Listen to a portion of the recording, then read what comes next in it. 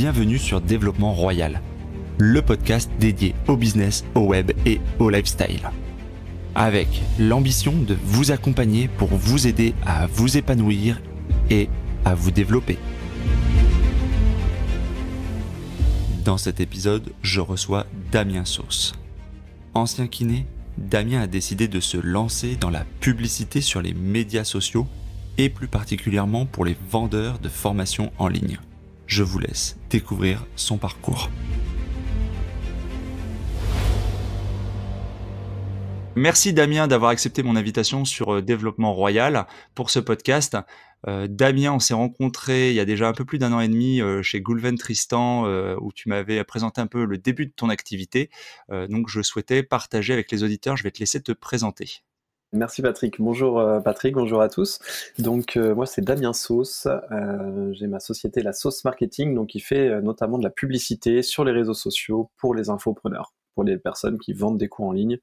Donc publicité sur Facebook, Instagram, YouTube, AdWords et d'autres très bientôt. D'accord, donc en fait tu es vraiment spécialisé dans un marché de niche qui est la publicité sur les différents supports, mais à destination des infopreneurs. Tu fais pas de publicité pour d'autres types de clients ? Non, pas actuellement. J'ai fait un petit peu pour des clients e-commerce. Si vraiment le projet est intéressant, je me penche dessus. Mais en règle générale, voilà, je suis vraiment connu et c'est ce que je préfère en plus bosser avec les infopreneurs, les vendeurs de cours en ligne, en étant, comme tu dis, un marché hyper niché, ce qui me permet du coup d'avoir un très bon niveau là-dedans, parce que je ne fais que ça en fait. Alors, dis-nous un petit peu, donc tu t'es présenté nom, prénom, mais d'où tu viens, quelle a été ta profession avant de basculer dans cette activité? Est-ce que tu peux nous raconter un peu ce parcours? Ouais, bien sûr.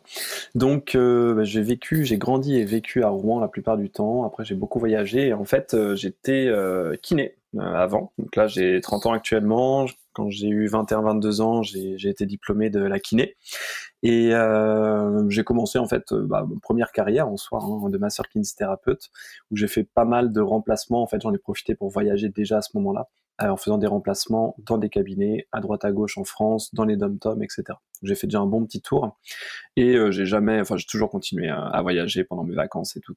Sauf que assez rapidement, vers 26-27 ans, j'en ai eu un petit peu marre et je savais pas, il y avait un truc qui me manquait, qui allait pas. Je savais pas quoi exactement, mais clairement, je sais pas, je savais que quand je me levais le matin, j'avais pas envie d'y aller, et ça m'embêtait beaucoup de pas avoir envie de me lever le matin, ça m'embêtait beaucoup.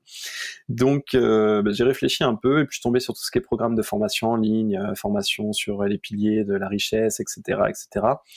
Tous les livres classiques que tu dois connaître aussi, Père riche, Père pauvre, etc. Et je me suis penché un peu là-dessus et je me suis dit mais c'est vrai qu'il y a un autre monde que je ne connaissais pas de tout ce qui est investissement et tout, même si j'avais déjà commencé à investir aussi un petit peu en IMO à titre perso.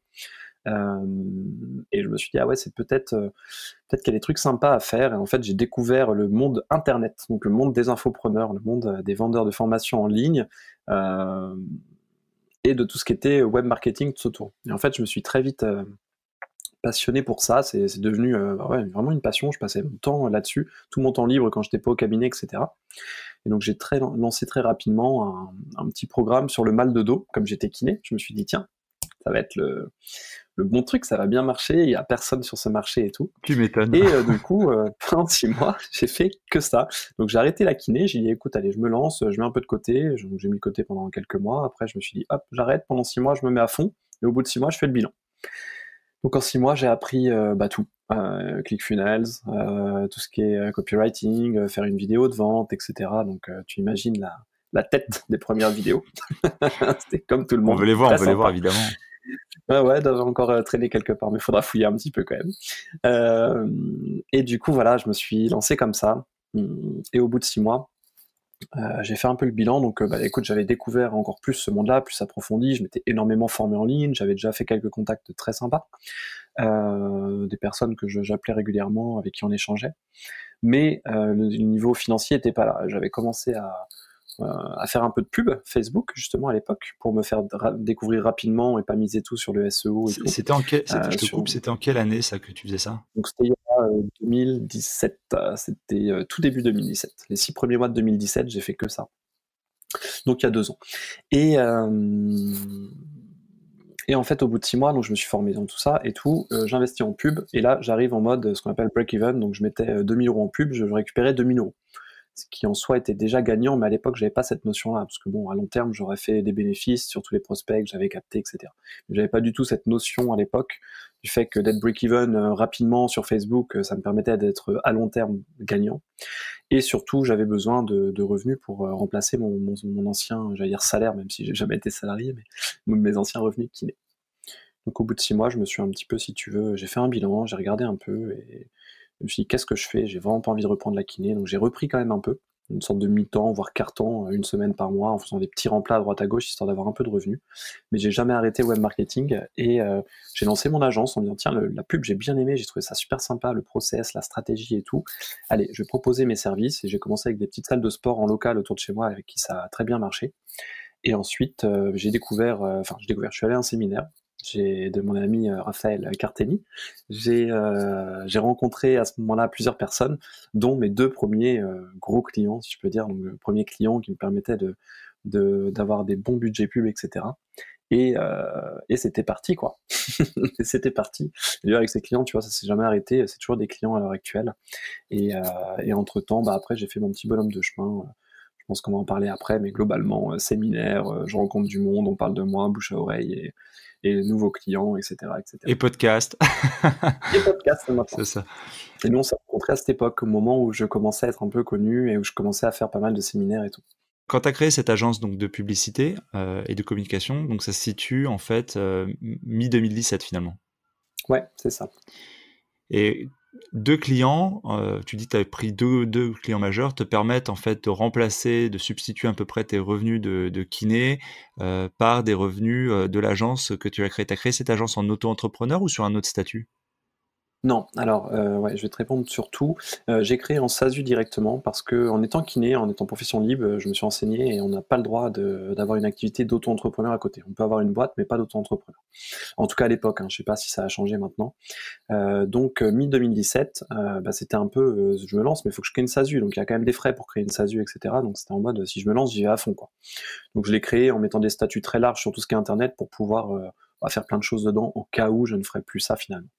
Et, euh, et donc en fait, mes 2 premiers clients, non, m'ont clairement pas permis de remplacer mon salaire de kiné, donc à l'époque, je faisais, bah, je continuais à faire des remplacements une semaine par mois en moyenne, on va dire vraiment la moyenne, et j'ai fait ça pendant encore 6 mois, le temps que l'agence se grossisse petit à petit, que les revenus arrivent aussi, etc. Et en janvier du coup 2018, donc quasiment pile poil 6 mois après avoir créé la boîte en juin, j'ai euh, j'ai totalement arrêté. En fait, j'avais pris la décision déjà 2 mois avant, et je me suis dit, ok, je finis les derniers remplats sur lesquels je m'étais engagé, je commence à avoir des bons revenus avec la boîte qui me permettaient pas encore de remplacer les revenus de kiné, mais je voyais le truc grossir et j'avais envie de me focus, de me concentrer à fond là-dessus. Donc j'ai totalement arrêté la kiné à ce moment-là. Et j'ai fait mon dernier remplacement. Allez, au revoir et merci pour tout. Et voilà. Et c'était parti. En fait, après, du coup, bah, là, j'ai jamais repris. Hein. Là, ça fait un peu plus d'1 an maintenant. Et là, maintenant, j'ai complètement remplacé mes revenus. Même, je gagne plus maintenant. Et tout va bien, quoi. C'est cool. Comment s'organise ton travail en fait? Quel est ton rythme de travail par rapport à ton rythme de travail avant? Je veux dire kiné, c'était 8h, 18h et maintenant, c'est quoi? C'est tu travailles uniquement les matinées? Alors, kiné, c'était même plutôt 8h, 20h ou 9h, 20h selon les cabinets, etc. Parce qu'on terminait assez tard pour les gens qui bossent le soir et qui pouvaient pas venir avant. On allait dans les maisons de retraite aussi pour soigner les personnes âgées et tout. Mais bon, avant, voilà, c'était les grosses journées. Maintenant, en fait, si tu veux, moi j'ai du mal à me rendre compte du temps que je travaille réellement. C'était une discussion que j'ai eue il y a pas longtemps avec mes parents quand j'ai passé quelques jours chez eux et avec d'autres amis. En fait, j'aime bien ce que je fais. Du coup, j'ai tendance à ne pas voir le temps passer. Je pourrais passer énormément de temps sur le PC à bosser. Bah, tu vois, encore hier soir, je me suis couché à 2h, je crois, du mat. Et en fait, j'étais parti au début, je me suis dit, bon, allez, à 22h, j'arrête, puis je fais autre chose. Et puis en fait, j'étais tranquille chez moi avec mon Mac et je me suis dit, vas-y, enfin, je me suis rien dit en fait. J'étais tellement bien que j'ai continué. Donc, au niveau du temps de travail, c'est assez compliqué à te dire. Je pense que je fais toujours des bonnes journées au final. Mais il y a aussi des journées où je suis complètement off. Et je voyage toujours beaucoup, voire en fait plus qu'avant. Moi, l'un de mes buts aussi à cette époque-là, c'était de pouvoir voyager la moitié de l'année, globalement. Et quand je dis voyager, je dis bien voyager, pas vacances. C'est-à-dire que je voyage, mais en même temps, je bosse. Mais voilà, quand je suis en voyage, ça dépend. Des fois, je fais des grosses journées, des fois, je fais des petites parties la matinée, puis après, je me balade. Ça dépend vraiment du voyage, avec qui je suis, etc. Mais je n'ai pas d'organisation hyper calée parce que comme je suis toujours un peu en déplacement au final, là j'ai mon appart sur Rouen qui vient d'être fini, là, qui était en travaux il n'y a pas longtemps, donc je suis un peu plus posé en ce moment. Mais les 6 derniers mois, globalement, j'ai regardé, j'ai passé une semaine par mois chez moi, si tu veux. Donc, mon organisation dépend énormément de, de où je suis et de comment je suis et de qui avec qui je suis. Donc en mode digital Ouais, nomade voilà, aussi, c'est c'est ce ça, que tu voulais dire. C'est ça. exactement ce que j'allais dire. Voilà, Pour reprendre. totalement, bah, totalement. J'ai fait plein de pays différents. Ouais, je me suis beaucoup baladé. Là, j'avais envie de me poser un petit peu plus. Mais quand je dis me poser, je voyage quand même une fois tous les mois. Là, quasiment, j'ai des voyages de prévus. Donc bon. Pour les gens qui appréhendent, on imagine que tu avais des revenus qui étaient quand même assez confortables. Quand tu te lances, quand tu commences à switcher en fait, donc début 2017, et maintenant on est premier trimestre 2019. Pour donner un ordre de grandeur aux gens, est-ce que tu peux dire à peu près quels étaient tes revenus avant vs maintenant en fait, pour se rendre compte? Oui, alors, entre kinés, je gagnais. Donc comme je faisais des remplacements, c'était assez fluctuant. Mais globalement, quand je faisais des mois pleins, donc quand je bossais tout le mois, je faisais entre 3 et 5 000 euros par mois, selon le cabinet, selon si c'était très rempli ou pas, et selon l'endroit où j'étais. Après, tu m'as demandé mes revenus maintenant, c'est ça? Oui, pour faire un peu le distinguo, c'est-à-dire tu as réussi à remplacer, tu as réussi à switcher, tu as mis quasiment, en gros, tu as mis à peu près 2 ans en fait à réussir à revenir à l'équivalent, voire à dépasser ces revenus-là en fait. En fait, pour être transparent, j'ai mis 1 an à revenir, parce que du coup l'an dernier, à cette époque-là, c'est ce que je gagnais. Et depuis, ça a bien évolué. Après, j'ai pas envie de communiquer sur mon chiffre précis Non, actuellement, bien sûr, non, mais, non, mais euh, mais globalement, je gagne plus, clairement voilà. plus. Je suis beaucoup, à ce niveau-là, je suis beaucoup plus à l'aise qu'encore à l'époque, même si à l'époque, j'étais déjà très à l'aise, hein, je me permettais de faire tout ce que je voulais quasiment, hein. Bien sûr. Après, simplement que maintenant, j'investis aussi un peu plus et je me fais un peu plus plaisir pendant les voyages, tout ça, etc. Quelles sont les grandes difficultés que tu as dû, rencontrer ou que tu as surmontées justement dans ce basculement, dans ce changement de vie entre ta vie, avant un peu cadrée, classique, la vie du moldu pour reprendre une expression, chère à Gaston Lest, et ta vie de maintenant un peu de nomade digital? C'est quoi quelles ont été vraiment les choses les compliquées à passer? Alors, déjà, je parlerai de l'entourage au début. Bon, à l'époque, j'étais avec mon ex-copine, avec qui je ne suis plus actuellement, mais elle qui me soutenait. Donc clairement, elle m'a beaucoup aidé à l'époque. Elle me soutenait dans ce que je faisais. Elle était un peu dubitative parce elle ne connaissait pas tout ça, mais franchement, elle m'a vraiment soutenu à l'époque. Donc ça, c'était le côté très positif. Et après, mes entourages au niveau amis et tout, pareil, je pense qu'ils étaient très dubitatifs à l'époque. Certains le sont toujours maintenant. Ils n'ont pas compris que si, c'était super cool. Après, j'ai eu la chance de vite, enfin, de commencer aussi un peu avec les séminaires. Et ça, c'était bien parce que j'ai vite fait des contacts, des contacts, des gens qui sont devenus, je dirais, pour certains clairement des amis, et d'autres simplement des connaissances, mais que j'apprécie et que je vois de temps en temps. Et cet entourage et ce côté très positif, enfin ce côté très vas-y, ouais, ouais, on est entrepreneur et tout, et échanger ensemble m'a beaucoup aidé. Donc déjà, l'entourage, ça peut être très pénalisant, je pense. Moi, j'ai eu la chance à l'époque d'être assez bien entouré, et puis je pense que globalement, les personnes qui me correspondaient plus, où j'ai vu qu'ils allaient me freiner, enfin, quand même freiner, c'est un grand mot, mais les gens que je sentais moins, ou je sentais qu'ils devenaient trop négatifs par rapport à tout ça et tout, je pense que petit à petit, j'ai rompu les liens, tu vois. J'ai rompu les liens avec pas mal de personnes, mais de manière, plutôt on se voit plus, quoi, plutôt que, ah bah non, je veux plus te voir, machin, quoi, c'est juste, on ne se voit plus.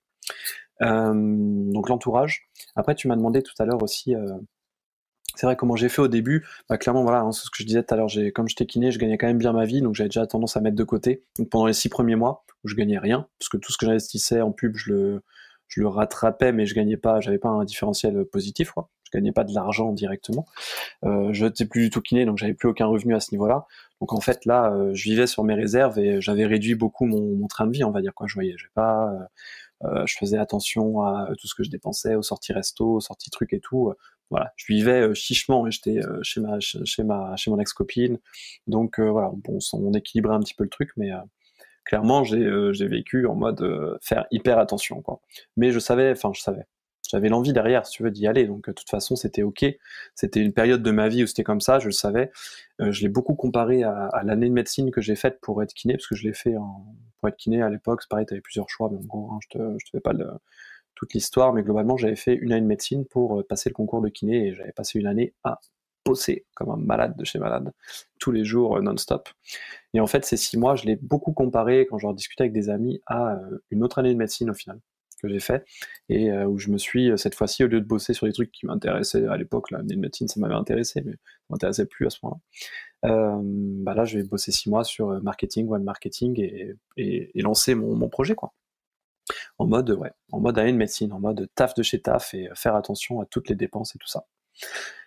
Et c'est que quand ça a commencé à marcher un petit peu, enfin après quand j'ai basculé sur le format agence et que j'ai vu que voilà, là je pouvais peut-être en vivre et tout, que là je me suis donné à fond là-dessus et que j'ai toujours aussi continué, ça on le dit souvent, mais c'est vraiment une base à investir sur moi et sur mes relations, sur des masterminds que j'ai pris il y a pas longtemps aussi, bah, dans lesquels j'en fais un cette année. Et je me forme constamment quand j'achète tout le temps des formations, je suis toutes les news, etc. Enfin voilà, ça, il y a le côté toujours se former pour toujours être au top niveau dans nos domaines qui évoluent très très vite. Quels sont les grands défis qui te restent à surmonter par rapport à ton agence, en fait? Qu'est-ce que tu t'es fixé comme cap? Est-ce que tu as déjà embauché? Est-ce que tu projettes de le faire? Et bah, est-ce que tu as des chiffres, en fait, que tu voudrais atteindre en termes de, je sais pas, de volume de vente, de volume de clients, et cetera? En fait, je suis en plein dedans actuellement. Là, je suis en plein recrutement d'un assistant pour pour déléguer certaines choses, pour améliorer mon service client. Enfin voilà, il y a plein de choses que j'aimerais faire que j'ai pas le temps de faire. Notamment aussi me former sur les autres plateformes. Tu vois, j'ai du mal à trouver le temps d'aller me former sur tout ce qui est native ads par exemple, LinkedIn ads, etc.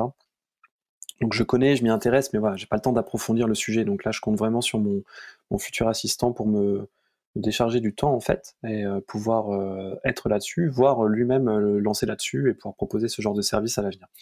Donc en fait, comment j'imagine l'avenir pour l'agence, pour mon agence? Donc oui, ça va passer par une phase de recrutement, mais plutôt en mode freelance, hein, pas forcément salarié. J'ai envie d'avoir des gens en fait libres comme moi, hein. Moi, je sais ce que je veux et c'est ce que je veux pour eux aussi. Sauf si vraiment bah, la personne me dit ouais je veux bosser avec toi à temps plein et moi je me dis bah oui il y a vraiment un intérêt dans ce cas-là on imaginera peut-être un recrutement, un vrai recrutement en mode salariat mais dans l'idée moi c'est pas mon délire et je pense que la personne que je vais embaucher sera pas forcément là dans ce délire. Donc là je suis en pleine phase de recrutement, tu vois j'ai passé des entretiens la semaine dernière et là j'aurais donné quelques petits tests à faire pour voir un petit peu ce que ça donne. Donc là j'attends la fin de la semaine pour voir tout ça. Dans l'idée, par la suite, j'ai déjà commencé, j'aimerais avoir un bon réseau de freelance qui serait très large, qui pourrait faire beaucoup de choses si tu veux, notamment une chose que je fais pas, bah oui, tout ce qui va être un peu peut-être copywriting un peu plus poussé, acquisition de trafic sur d'autres sources que je ne fais pas actuellement, hem et voilà. Donc, au niveau de l'agence, voilà, j'aurais besoin d'un panel de compétences. Si tu veux, là, j'ai déjà des relations, mais pas forcément les gens avec qui je bosse à long terme. J'ai quelqu'un qui bosse avec moi sur le côté AdWords et YouTube, mais sinon Facebook, Insta, c'est moi qui fais tout encore pour l'instant.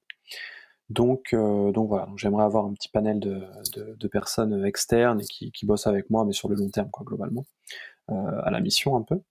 Et, et après, en termes de chiffres et tout, j'ai pas d'objectif précis actuellement.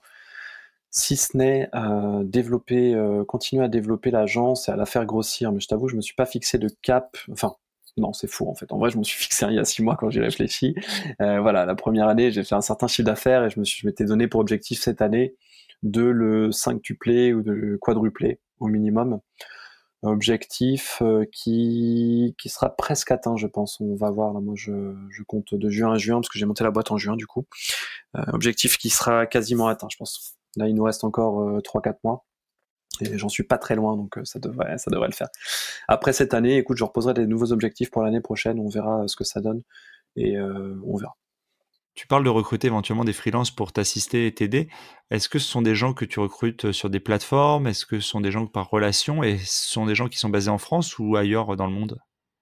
Ouais, alors moi je recrute, pour l'instant, j'ai principalement recruté par relation et pour mon assistant, clairement, j'ai mis une annonce sur les réseaux sociaux, j'ai fait des stories, et cetera et j'ai regardé qui répondait.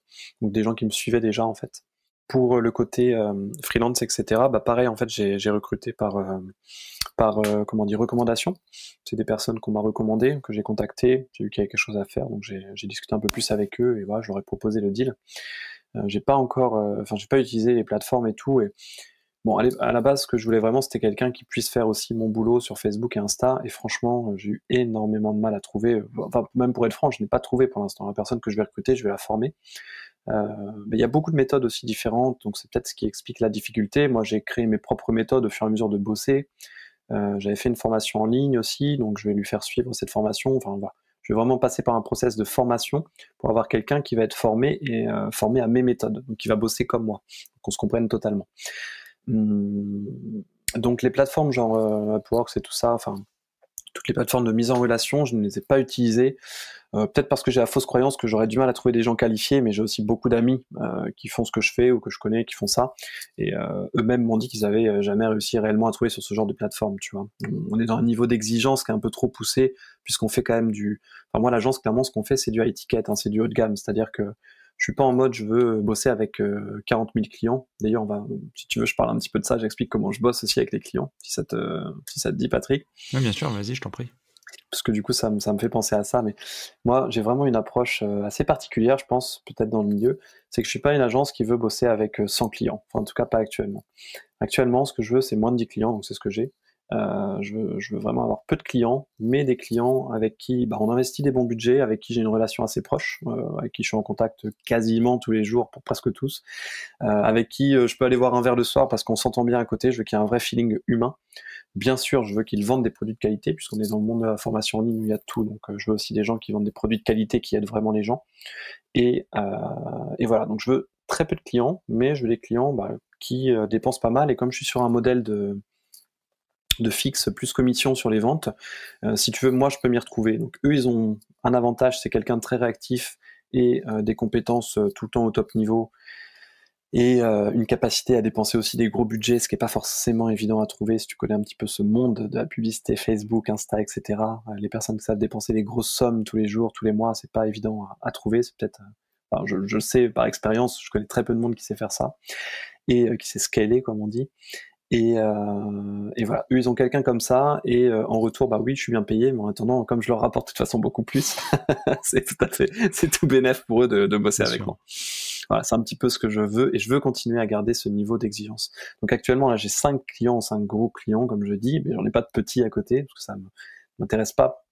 Et à l'avenir, avec l'assistant, si tout se passe bien, si voilà, je vois qu'il peut vraiment prendre en charge ce que je fais aussi, je vais en recruter. Je vais faire des affaires avec d'autres clients, je pense, mais c'est pas à l'ordre du jour pour l'instant. Pour l'instant, je suis bien comme ça, et on verra par la suite, en fait. On verra si la team grossit, si on peut absorber, on pourra absorber, c'est l'idée. Je veux pas non plus finir en mode hyper grosse agence, tu vois.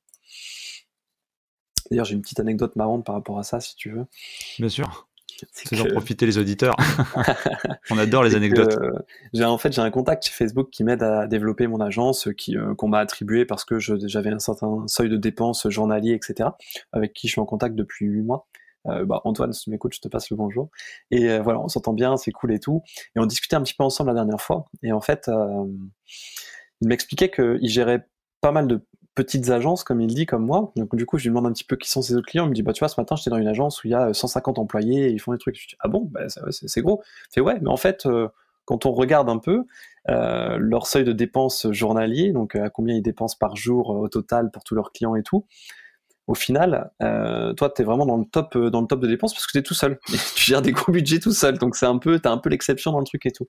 Et tu vois, on a creusé un petit peu tout ça, et c'est vrai qu'en fait, on a des business models quand même dans l'infoprenariat qui sont assez particuliers, et puis qui peuvent vite grossir, qui peuvent vite faire des gros chiffres quand même. Et voilà, en fait, le modèle traditionnel de l'agence avec plein d'employés, les bureaux et tout, qui existe toujours, bien sûr, et qui existera, je pense, pendant un bon bout de temps, est en train petit à petit quand même de se faire remplacer, je trouve, par des modèles plus exotiques ou peut-être plus actuels comme le mien, où on est des personnes qui bossent un peu de partout. On embauche des gens qui bossent un peu de partout et ça nous va très bien comme ça. Je connais des marketeuses américaines qui ont une équipe de 20 personnes qui fait à peu près la même chose que ce que je fais, avec un peu de service en plus. Et toutes ces personnes sont toutes dispersées dans l'espace États-Unis, Canada et tout, parce qu'elle est là-bas, tu vois. Ils bossent tous à distance comme ça, c'est hyper intéressant, quoi. Ils ont plus de bureau du tout, c'est que des gens où ils bossent tous à distance les uns avec les autres, quoi. C'est incroyable. Non, mais c'est fun, hein. Non, je sais, mais moi, ouais, tout à fait, mais j'en parle souvent aux gens, mais pour les auditeurs, bon, certains sont sensibilisés ou pas effectivement à cet environnement, surtout pour ceux qui suivent un peu les épisodes au fur et à mesure, parce que c'est une thématique qui revient souvent on va dire dans dans les nouvelles pratiques, dans les nouveaux business models, dans les nouvelles activités digitales. Bon, le podcast en parle assez fréquemment parce que c'est une des façons de quitter la rat race, de proposer une alternative en fait hein, au métro boulot dodo, que d'avoir effectivement du travail, mais du travail avec une forme différente en fait, une façon différente de l'appréhender et de l'apprécier aussi. Ce qui s'est perdu hein, pour beaucoup, l'appréciation du travail, c'est une donnée complètement ésotérique. Alors, tu as dit que, bon, on a fait un peu le tour là, t'as une belle agence digitale déjà. Euh, Quels sont tes autres business? Tu as parlé un petit peu que tu étais investi en IMO. Est-ce que tu peux nous en dire un peu plus? Ouais, bon, on va dire que mon autre business principal, hein, mon autre source de revenus, oui, c'est le business immobilier. Donc en fait, j'ai investi je sais plus l'année, mais globalement, j'avais 23-24 ans quand j'ai acheté mon premier studio. Et j'ai fait pas mal d'erreurs avec ce premier studio. Donc c'est le classique, on va dire. J'ai acheté à un prix normal, j'ai loué normalement, etc., etc. Et cetera. Et après, j'ai découvert le monde du LMNP, du loueur meublé non professionnel. Et en fait, j'ai rapidement passé le studio en meublé quand le locataire est parti. Euh, bon, je te fais pas le détail, j'ai rénové un peu, j'ai fait plein de trucs et tout, et du coup, j'ai amélioré sa valeur et je le loue plus cher. Ça, c'était le premier studio, et en fait, ça m'a bien plu. L'immobilier, c'est un peu une passion, la pierre et surtout la rénovation. C'est ça que je me suis rendu compte petit à petit. Moi, j'aime beaucoup prendre des espaces qui ressemblent plus à grand chose, voire complètement limite destroy, hein, complètement complètement détruits, ou vraiment qui ressemblent à rien, qui sont insalubres, et en faire des petites merveilles, des petits trucs très sympas. Donc je fais que des meublés. Au niveau du rythme, j'en ai fait environ un par an depuis cette époque-là. Ouais, clairement, c'est ça, un par an. Là, tu vois, je viens d'acheter une maison à Rouen il n'y a pas longtemps, que je suis en train de finir de rénover. Et je les meuble de qualité, donc vraiment pas forcément style Ikea, mais tu vois, dans l'idée, un truc très propre et très, comment on dit, j'étais un peu dans le style scandinave, ouais, très cosy, voilà, c'est ça. Ok, donc ces premiers investissements, donc un investissement quasiment par an, et t'en es rendu à combien d'appartements là aujourd'hui? Là, actuellement, donc j'ai, attends que je fasse pas d'erreur, j'ai 5 appartes, une maison qui est en train de se faire rénover, et j'ai une maison en SCI avec un ami aussi, ça c'est un des investissements de l'an dernier. Et un petit garage que j'ai acheté il y a longtemps quand j'étais kiné aussi pour, pareil, pour investir, mais qui rapporte toujours, donc je le garde. J'ai acheté ouais, il y a vraiment longtemps celui-là d'ailleurs. Donc voilà. En gros, j'ai investi principalement dans des F2 en fait, à chaque fois. Le premier c'était un studio et après c'était que des F2, F2, F2, F2 et puis la maison parce que j'ai trouvé une affaire intéressante donc par relation toujours, tu vois. Et est-ce que tu es sur des investissements qui sont tous rentables, c'est-à-dire qu'à chaque fois tu es ce qu'on appelle sur du cash flow positif, etc. ou pas? Ouais, ils sont tous rentables. Alors comme je fais de la location meublée, ce que j'appelle haut de gamme, ils sont tous rentables parce que je les loue vraiment plus cher que le marché. Et de temps en temps, j'ai un peu testé location saisonnière, revenir en longue durée, revenir. C'est un peu en fonction de qui vient. En fait, mon modèle préféré, quand c'est possible, c'est la moyenne durée. C'est les gens qui restent 2-3 mois. Ça me permet d'avoir des loyers plus élevés qu'un longue durée, même avec ce type d'appart, mais qui me permet de ne pas avoir tous les changements, comment on dit, tu sais, les rotations avec les conciergeries et tout. Bon, maintenant j'ai une conciergerie qui marche bien sur Rouen avec qui je bosse, donc ça c'est cool. Euh, mais toujours est-il, pour être rentable, de toute façon, il faut quand même que je loue plutôt à la semaine, quoi. Les 2-3 nuits, je le fais quand j'ai pas le choix, mais c'est pas hyper rentable. Et, je t'avoue qu'en termes d'énergie, c'est pas là où j'ai envie de passer mon énergie. Donc en gros, ils sont tous rentables, il y a tous du cash flow positif dessus. Sauf un, je pense, où il y a eu beaucoup de travaux dans la copro, donc truc imprévu, mais que je pouvais pas prévoir de toute façon, que je savais pas trop. Et j'ai acheté un marchand, et en fait, la copro est pourrie, mais ça se voit pas comme ça, quoi. Et quand je dis pourrie, c'est parce qu'elle n'était pas entretenue pendant des années, et comme nous, on a beaucoup de bois, de choses comme ça et tout, il y a eu une cheminée qui s'est effondrée, des machins, des trucs. Donc ça a fait énormément de travaux. Et je pense que celui-là, si je faisais le total, je l'ai pas fait. Ça me fait, j'ai pas envie de le faire.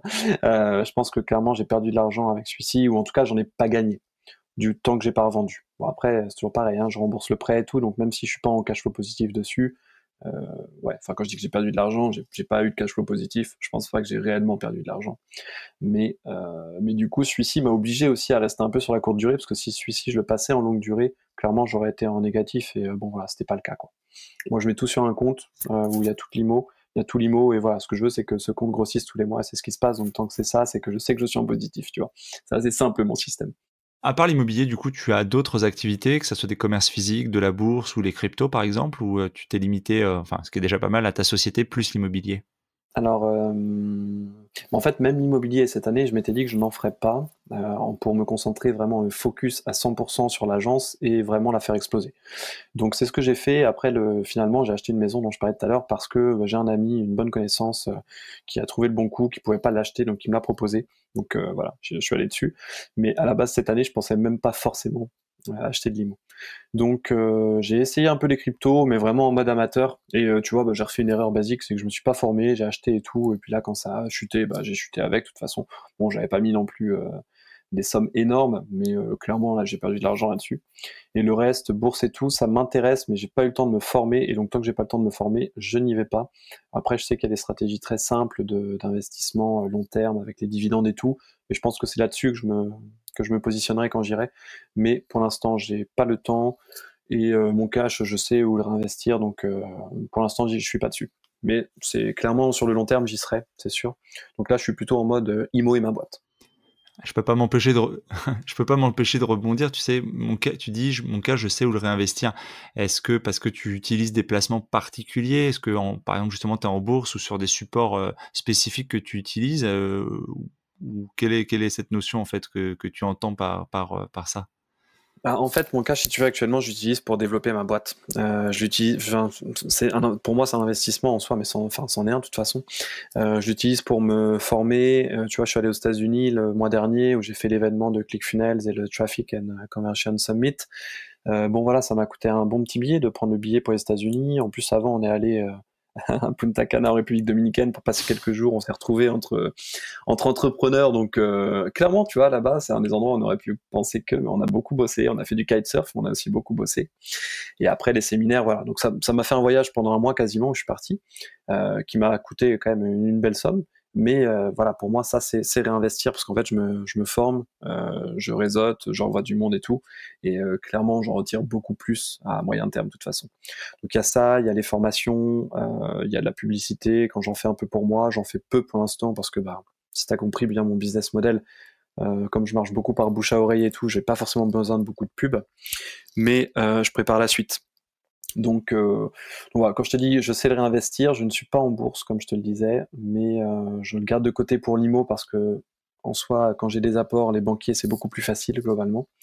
Et, euh, et je le réinvestis dans ma boîte de toutes les façons possibles, on va dire. Formation, voyage, etc., etc. Ok, Mastermind aussi et tout ça. je comprends mieux. On va passer dans la deuxième partie qui est plus orientée lifestyle, maintenant qu'on a bien fait le tour en fait de ton activité et de tes business. Mhm. Tu as parlé des voyages, que tu en as fait énormément, hein. On va pas tous les citer, je crois que tu as peut-être fait quasiment le tour du globe. Mais est-ce que tu peux dire aux auditeurs vraiment celui que tu as le plus marqué, que tu as le plus apprécié, peut-être pour les paysages, les décors ou la population? Enfin, est-ce qu'il y en a vraiment un qui reste, on va dire, dans les annales? Bon après, bon, oui, il y en a deux en fait. Je pourrais pas choisir entre les deux. Euh, et franchement, c'est rare qu'un voyage m'ait pas plu. Ils m'ont tous plu. Après, il y en a un ou deux qui m'a plus marqué. Je vais vous expliquer pourquoi. Mais ça dépend aussi tellement de avec qui tu es à ces moments-là des fois que voilà, faut vraiment mettre ça en relation. Hein. C'est pas parce que j'ai préféré ce lieu-là, peut-être aussi avec les personnes avec qui j'étais à l'époque ou quand j'étais seul, parce qu'il y en a un, c'est quand j'étais seul et je me suis pas aidé tout seul. Donc pour arrêter de tourner autour du pot, il y a deux voyages. Il y en a un où je rêve d'y retourner. De toute façon, j'y retournerai, c'est sûr. C'est la Polynésie française. Tahiti, mais principalement, alors Tahiti, pour ceux qui ne savent pas, au cas où, Tahiti, c'est l'île principale de la Polynésie française, là où il y a Papeete, la capitale, enfin la capitale, c'est français, mais la capitale de cette région polynésienne. Et Tahiti en soi, c'est pas la plus belle île, c'est pas là où il faut rester, il faut aller, enfin à mon avis, hein, faut aller à Moorea, toujours, ce que je vais dire, c'est toujours sujet à, c'est mon avis, on est bien d'accord. Il faut aller à Moorea, qui est en face, qui est l'île sœur, qui est beaucoup plus nature, beaucoup plus sauvage et qui est magnifique. T'as des lagons avec les raies, les requins, etc. C'est là que j'ai appris, alors, moi j'adore l'eau, je suis tout le temps dans l'eau, j'aime tous les sports d'eau, etc. Et c'est là que j'ai appris à aimer aussi les requins et à nager avec les requins, parce que t'en vois plein partout. C'est une vraie grâce aussi, hein, donc j'aime bien les dauphins aussi. Limite, je préfère les requins. Et je trouve ça encore plus gracieux et joli. Et bon, voilà, on est un peu trop les dents de la mer et tout, mais il y a très peu d'attaques de requins. Encore moins là-bas, Ouais. l'image que j'aime bien donner. Là-bas, c'est que tu imagines que tu es dans un garde-manger géant, tu as un frigo partout. Est-ce que tu as envie d'aller prendre de la nourriture autre part? Bah, eux, il y a des poissons dans tous les sens. Ils n'ont pas du tout envie d'aller te croquer. Enfin, ils s'en fichent. De toute façon, à la base, ils croquent pas, quoi. En règle générale, c'est des accidents avec des surfeurs, etc. Sauf le cas de l'île de la Réunion où là, bon, on va pas rentrer dans les débats, mais voilà, il y a sûrement des facteurs humains qui ont fait que. Oui, alors moi je suis pas spécialiste en océanographie, mais de mémoire, hein, je crois qu'il y a 6 ou 8 espèces de requins qui sont, on va dire, dangereuses pour l'homme. Mais globalement, moi j'ai eu l'occasion aussi d'être dans ce coin du globe à Ah 2 ouais, occasions. super. Ouais, du côté de la Nouvelle-Calédonie.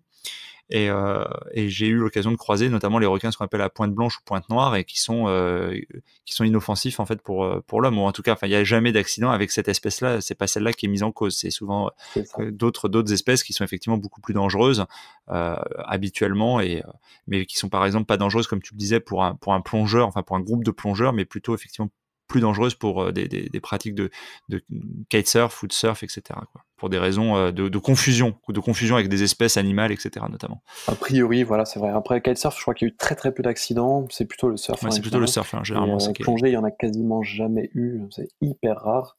Même si des fois ils viennent te taquiner un peu, mais c'est quand même très très rare. Et ouais, les requins dont tu parles, c'est des requins de récif, et eux, c'est clair, ils sont en pointe noire, pointe blanche, etc., complètement inoffensifs. Donc en fait, voilà, Polynésie avec Moorea et tout ce qui est les Tuamotu. Donc les Tuamotu, c'est 300 îles. En fait, la Polynésie, il y a cinq grosses parties. Donc les Tuamotu, c'est une des grosses parties. Tahiti et Moorea, c'est une autre des grosses parties. Et les Tuamotu, c'est des atolls principalement. Donc une bande de terre avec un lagon à l'intérieur et la mer à l'extérieur. Et là, j'ai eu la chance d'apprendre à plonger là-bas. J'ai eu du mal à retrouver des spots aussi beaux et à m'émerveiller autant, même si j'aime bien essayer de garder mon regard d'enfant et de m'émerveiller de tout ce qui se passe dans la vie en général. Mais c'était tellement magnifique là-bas. J'ai eu des bandes de milliers de poissons, des choses comme ça et tout. Ouais, super destination. Effectivement, la Polynésie, moi, je l'ai pas fait, hein. J'ai fait que la Nouvelle-Calédonie, donc c'est pas tout à fait exactement au même endroit. C'est un peu dans la même, c'est dans le même océan, mais c'est pas pile poil au même endroit. Il y a quand même un certain écart entre les deux. Quelle est l'autre destination alors que tu nous réserves? Notre destination, c'est juste à côté de la Nouvelle-Calédonie. Moi, j'y suis passé aussi en Nouvelle-Calédonie, donc c'est déjà très sympa, hein, mais je dirais qu'en termes de lagon et tout ça, bon, désolé s'il y a des nouveaux Calédoniens qui m'écoutent, mais en termes de lagon et tout, clairement, tout ce qui est atoll en Polynésie, j'ai trouvé quand même un cran au-dessus en termes de beauté et tout, même si la Nouvelle-Calédonie est très belle. Et j'y suis passé très Ah, rapidement, t'as je l'île connais des pas les... Pins, t'as quand même des choses. Je parle pas de la Grande Terre, mais t'as quand même les petites îles autour et tout ça qui sont quand même. Il faut que j'y retourne, faut que j'y retourne. C'était sur mon chemin de retour quand j'ai fini un gros voyage que j'avais fait. Et donc, bah, c'est juste à côté, c'est la Nouvelle-Zélande. La Nouvelle-Zélande, j'ai adoré, j'y suis resté 3 mois il y a 4 ans. En mode avec des potes au début, en loin en van, en se baladant, et après tout seul, en mode hiking, randonnée, etc. Et j'ai adoré à la fois la gentillesse des habitants, des beautés naturelles dans tous les sens, des paysages mais magnifiques. En une journée, tu peux passer de la mer limite un peu Bahamas à la montagne, en mode dans les Alpes chez nous. Enfin, c'est hallucinant. Et c'est à la fois grand et petit, quoi. Tu peux facilement faire le tour de l'île quand même. Il y a énormément de randonnées partout. C'est là que j'ai appris à aimer ça. Je n'aimais pas ça avant et depuis j'adore. Et tu peux te balader facilement, dormir dans des cabanes, des trucs et tout. Enfin, ouf. La Nouvelle-Calédonie, j'ai trouvé ça ouf et pareil, je le recommande à tout le monde, surtout l'île du Sud, c'est là où j'ai passé la plupart du temps. Et j'y retournerai aussi, c'est sûr, avec plaisir. C'était tellement bien. Donc voilà, c'est mes deux plus gros voyages que j'ai kiffé. Après, voilà, j'en ai fait plein d'autres, Japon, États-Unis, toute l'Europe quasiment, etc. Mais ça, c'est des trucs peut-être qui sont un peu plus exotiques aussi pour nous, et c'est peut-être pour ça aussi que ça m'a plus marqué. Même si le Japon aussi, par exemple, j'ai adoré, quoi. As-tu des, as-tu des passions, des loisirs? Est-ce que tu fais de la musique, du sport ou d'autres activités en fait qui t'occupent quand tu ne travailles pas? Ouais, bah, une de mes passions actuelles dans lesquelles j'investis pas mal de temps, c'est le kitesurf. J'aime bien aller en faire un petit peu partout avec des potes et tout. En plus, je commence à avoir pas mal de potes qui en font aussi, donc c'est top. Natation, toujours. Bon, là, faut que je reprenne. Je m'étais un peu arrêté, mais c'est le sport que je préfère, donc et qui me permet aussi de rester musclé au niveau du dos et tout pour pas avoir de problème de dos. Voilà, non, ça c'est l'ancien kiné qui parle, mais clairement, tu vois, dès que j'arrête un peu, je le sens. Donc natation, j'adore. Je faisais un petit peu de squash aussi avec mon père, donc là, comme j'étais beaucoup en déplacement, j'en fais moins, mais j'aime beaucoup ça. Après, au niveau passion, sinon, qu'est-ce que j'aime bien? J'aime plein de trucs. Bon, bah, les voyages en soi, c'est une passion et ça prend du temps à préparer, donc ça, c'est clairement une des passions. Euh, C'est déjà pas mal. Après, ouais, c'est déjà pas mal, c'est clair. Donc, je te parlais plutôt de sport. Bah, la randonnée, c'est une autre de mes passions. J'aime bien partir au moins une fois ou deux dans l'année, une semaine, en mode déconnexion totale et randonnée avec sac à dos, dormir dans les refuges, etc. Ça, j'aime beaucoup. Hum, Moi, je dirais, c'est tout bête, mais rencontrer des nouvelles personnes vraiment, tu vois, inspirantes et tout, j'adore. Les séminaires et tout ça, j'aime bien. À petite dose, quand j'en fais trop, et à un moment, je sature. Mais à petite dose et tout, j'adore. Et passer des super moments avec mes potes, avec qui on peut discuter des heures et tout. Là, ben voilà, tu vois, le mois dernier aux États-Unis, j'ai passé avec deux, trois potes, on était tout le temps ensemble. C'était super cool, quoi. Super cool. Voilà. Après, qu'est-ce que j'aime bien d'autre? Bon, bah, en soi, mon boulot est une passion en soi, hein, tout ce qui est web marketing, donc j'ai tendance à passer pas mal de temps à regarder des nouvelles tendances, à regarder des vidéos là-dessus, sur l'investissement. Je fais un peu de développement personnel aussi. J'ai bien bossé cette année là-dessus, ça m'a beaucoup aidé pour surmonter pas mal de petites choses.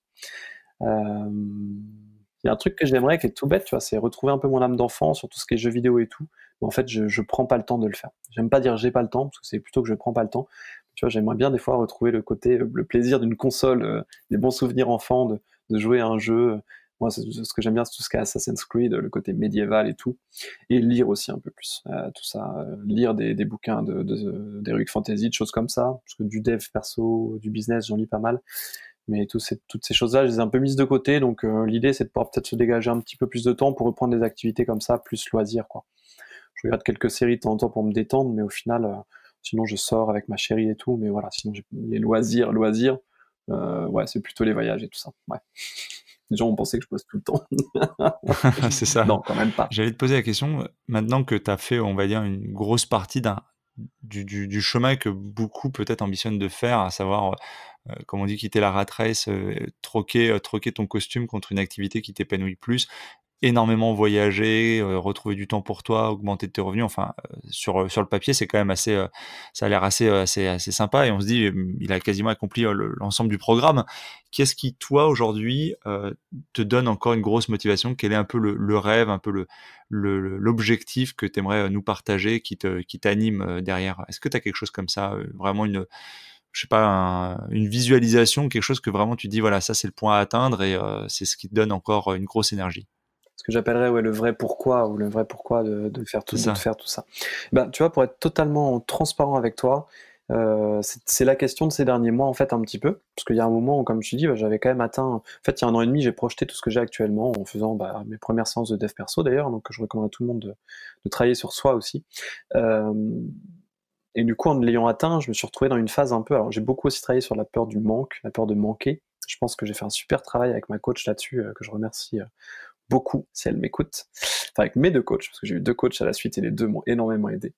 Et, euh, et en fait, du coup, je n'ai plus cette peur du manque, donc j'ai plus peur de manquer. Surtout en ce moment, je suis clairement dans l'abondance et c'est ce que je veux pour ma vie future, c'est rester dans l'abondance. Parce que je pense que tu peux être dans l'abondance et être quand même quelqu'un de bien et quand même aider les autres, etc. Et je pense que c'est ce que je fais actuellement. Euh, Après, le vrai pourquoi, je pense que je l'ai. Enfin, est-ce que c'est une recherche? Je sais pas. Je pense que je l'ai pas trouvé encore. Tu vois, tout ce qui est côté caritatif et tout, il y a des choses, il y a des causes qui me tiennent plus à cœur que d'autres, mais je me suis pas vraiment engagé là-dedans encore. Donc dans l'idée actuellement, c'était plutôt de continuer à grossir pour vraiment bah, être à l'abri, avoir la possibilité de faire toutes les choses. Mais des fois, il y a des choses, mais c'est très matériel, tu vois, et ça m'embête un peu d'ailleurs que ce soit trop matériel, des fois, les objectifs, donc j'ai tendance à les laisser un peu de côté. Après, bah, comme tout le monde, tu vois, j'aimerais bien pouvoir acheter, j'en sais rien, cash, une belle résidence principale dans le sud, au soleil et tout, et puis c'est ce que je ferai un de ces quatre, je pense. Mais voilà, c'est pas mon objectif premier, et je suis très heureux comme je suis actuellement. Donc, bah, où aller, quoi faire pour la suite et tout, pour l'instant, je suis plus en mode, je me dis, je développe l'agence, ça va aussi m'ouvrir de nouvelles opportunités sûrement. Euh, et après, avec tous ces moyens à la fois financiers, de temps, d'énergie, etc., bah, je verrai ce que je fais. Là, en ce moment, j'ai envie de lancer quand même, je commence à peut-être préciser un peu ça, quelque chose sur le voyage justement pour aider les gens à vivre des expériences un peu insolites et tout, et pourquoi pas reprendre un peu ce business model d'infopreneur sur le voyage. Donc c'est une des idées, j'en ai plein, comme beaucoup d'entrepreneurs, c'est une des idées vers lesquelles je me penche, mais voilà, je te dis pas que ce sera fait ou pas, je ne sais pas, je vais voir. Tu parlais du développement personnel, c'est un aspect qui est intéressant que je voulais aborder avec toi. Est-ce que justement, tu parlais des masterminds, tu peux nous dire quel mastermind tu fréquentes, par exemple?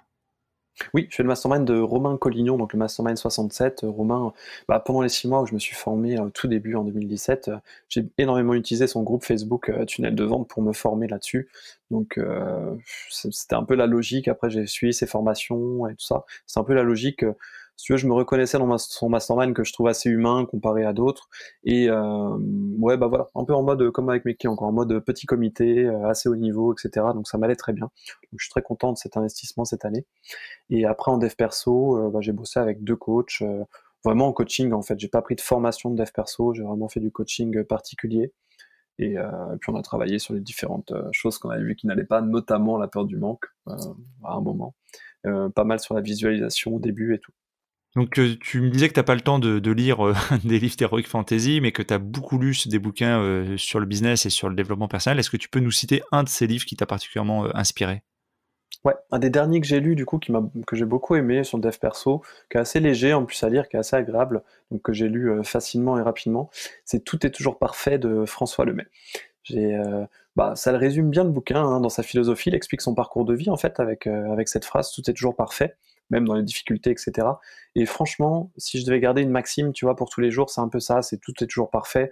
Et c'est globalement pas mal ma vision de la vie aussi, en fait, c'est tout est toujours parfait comme c'est. Et voilà, dans chaque moment sympa et dans chaque difficulté, mais tout est toujours parfait pour X raisons que tu comprends parfois plus tard. Donc voilà, Tout est toujours parfait de François Lemay, je vous le recommande, très sympa et ça peut vous donner une autre vision de la vie si jamais vous ne l'avez pas déjà, ou sinon ça peut passer vous pouvez passer un très bon moment à le lire. Ça sera aussi un peu ta citation? Est-ce que c'est une maxime que tu t'appliques ou est-ce que tu en as une autre vraiment qui un peu, fait ta conduite, au quotidien? Tout est toujours parfait, ça peut être une maxime, ouais, une de mes maximes. Après, sinon, je dirais, j'ai pas de citation phare, mais sinon je dirais, kiffer. Tu as le droit de pas en avoir, hein, c'est pas c'est Bah ouais, non, mais je dirais kiffer la vie, quoi. C'est ce que je me dis moi tout le temps, quoi. C'est kiffer la vie et voilà, créez-vous votre vie en fait. C'est créez-vous votre propre vie, la vie de vos rêves, créez-la vous, parce que de toute façon, elle viendra peut-être pas toute seule comme ça. Si j'étais resté kiné, clairement, j'aurais une autre vie totalement. Je suis pas sûr que je serais heureux. Je serais peut-être très malheureux à ce moment-là, parce que j'aurais été vraiment au fond en mode je n'en peux plus et c'est vraiment plus ce que je veux faire. Même si c'est un très beau métier, hein, simplement que ça ne me correspondait pas. Et du coup, je dirais voilà, vos rêves, c'est possible, c'est clair. Donc créez-vous la vie de vos rêves. Moi, j'ai décidé que je voyagerais la moitié de l'année, j'ai décidé que d'autres choses, etc. Et globalement, là, pour l'instant, j'ai réussi à l'obtenir. Donc, je suis content. Mais bon, je me suis bougé pour le faire. Voilà. Donc, pour moi, tout le monde peut atteindre globalement ses objectifs, mais voilà, c'est un des vrais engagements. Il faut être prêt à faire quelques petits sacrifices aussi, c'est clair. Donc, voilà. Créez-vous la vie de vos rêves parce qu'elle ne viendra pas tout seul. Tiens, voilà, je viens de la trouver, la citation. Elle est pas mal et on conclura, je pense, l'épisode là-dessus. Moi, ça me va très bien. Merci beaucoup, Damien, pour cette interview et j'espère te retrouver prochainement en espérant avoir des nouvelles de tes voyages exotiques. Avec plaisir, Patrick. Merci beaucoup. Merci à tous de nous avoir écoutés et à une très belle journée. L'épisode est maintenant terminé. J'espère que vous l'avez apprécié, qu'il vous a inspiré. Si oui, pensez dès à présent à vous abonner.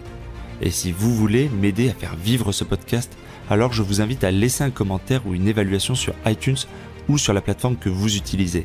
Cela me permet d'améliorer le contenu et de le faire connaître à un plus grand nombre de personnes.